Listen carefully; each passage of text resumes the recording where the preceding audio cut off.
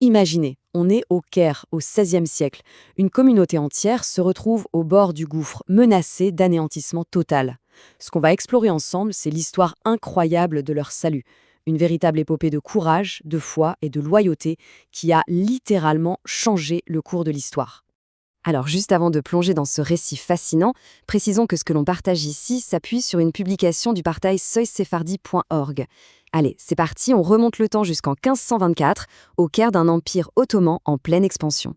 Ce texte, qui nous vient d'un grand rabbin égyptien de l'époque, pose une base essentielle pour notre histoire. Qu'est-ce qu'il nous dit? Eh bien, il affirme qu'une communauté a le droit, d'un point de vue légal et religieux, d'instaurer sa propre fête de Pourim pour célébrer un miracle. C'est en quelque sorte le fondement juridique et spirituel de tout ce qui va suivre. C'est une question qui peut surprendre, n'est-ce pas? On connaît presque tous l'histoire de la reine Esther et de Pourim. Mais ce qui est moins connu, c'est que plein de communautés, au fil des siècles, ont créé leur propre jour de célébration pour commémorer leur propre délivrance. Ça donne une mosaïque incroyable de ce qu'on appelle des Pourim locaux. Notre histoire va se dérouler en 6 temps. D'abord, on va explorer cette tradition des Pourim locaux. Ensuite, on fera connaissance avec le tyran de notre récit et le dilemme de notre héros.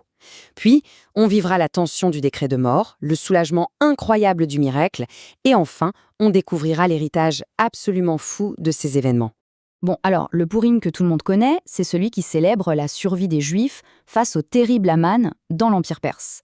Mais ce qu'il faut bien comprendre, c'est que cette tradition de commémorer une délivrance ne s'est pas arrêtée là, loin de là.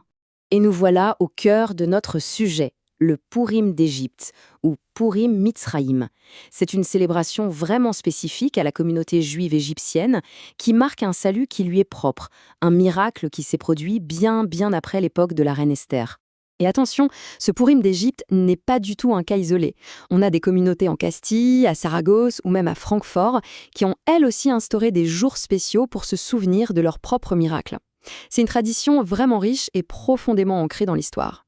Pour bien comprendre d'où vient ce miracle, il faut qu'on se plonge dans le contexte politique de l'époque. On est au début du XVIe siècle. L'Égypte vient tout juste d'être absorbée par l'immense empire ottoman. Le souci, c'est que le pouvoir central à Istanbul est très loin, et sur place, les ambitions personnelles, elles, sont très grandes. Alors, sur la scène de notre histoire, on a 3 figures principales. D'un côté, le sultan Soliman le Magnifique, le grand patron de l'Empire. Ensuite, Ahmed Pacha, son gouverneur en Égypte, un homme dont la loyauté, on va le voir, est très discutable. Et au milieu de tout ça, le rabbin Abraham de Castro, un homme de principe, pris en étau entre son devoir envers le sultan et sa responsabilité envers sa communauté. C'est dans ce climat tendu que le conflit va éclater. Le rabbin de Castro va se retrouver face à un choix absolument impossible, où chaque option semble mener droit au désastre. Et voilà comment l'ambition folle d'Ahmed Pacha se révèle au grand jour. En voulant frapper sa propre monnaie, il ne cherche pas juste à s'enrichir, non, il déclare son intention de se rebeller et de se proclamer sultan d'Égypte. Et pour ça, il exige que le rabbin de Castro, le maître de la monnaie, devienne son complice dans cet acte de trahison pur et simple. Face à cet ordre qui est en fait une condamnation à mort, le rabbin prend une décision d'un courage mais vraiment inouï. Il refuse de trahir son souverain. Sachant très bien qu'il signe son propre arrêt de mort s'il est découvert, il s'enfuit du Caire dans le plus grand secret. Son but, un voyage extrêmement périlleux jusqu'à Istanbul pour alerter le sultan en personne. Bien sûr, la fuite du rabbin déclenche la fureur du tyran.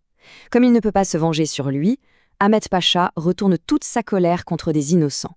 C'est maintenant toute la communauté juive du Caire qui va en payer le prix fort. Et là, tout s'enchaîne à une vitesse terrifiante.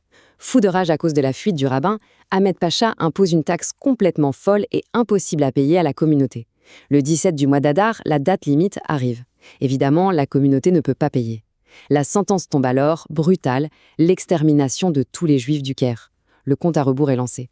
Face à l'anéantissement qui semble inévitable, la communauté se tourne vers son seul et unique refuge, la foi.